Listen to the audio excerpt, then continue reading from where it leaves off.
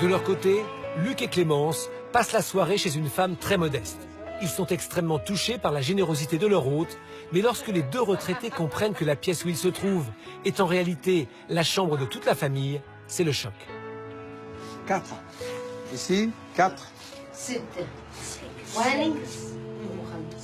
Oui. 6. 6. Ah. Franchement, ça laisse perplexe. Quand on voit comment on peut vivre, et c'est une grande ville, ils vivent en ville, c'est dur. C'est dur. Franchement, d'habiter là, c'est dur. Ces gens d'une simplicité absolue nous ont accueillis sur leur tapis qui était non seulement leur lit, mais également leur table. Lorsqu'elle a bien voulu nous montrer le reste de la maison, enfin ce qu'on va appeler une maison, on a tout compris. Ça c'est ah ouais, là, le repas.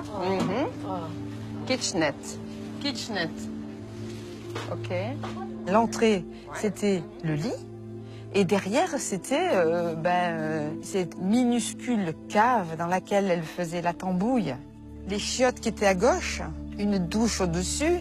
Je me suis pris une gifle, un coup de poing, voilà. OK. Ouais.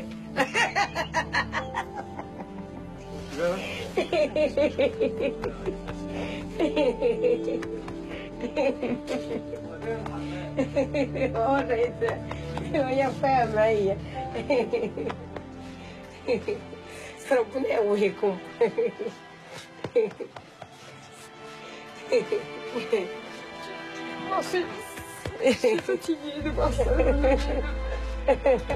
De voir sa condition de vie et parallèlement de voir l'état d'esprit dans lequel elle était.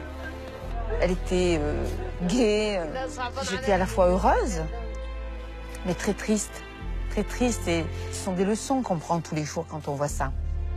Ça me touche, tu veux pas savoir. Ça me touche.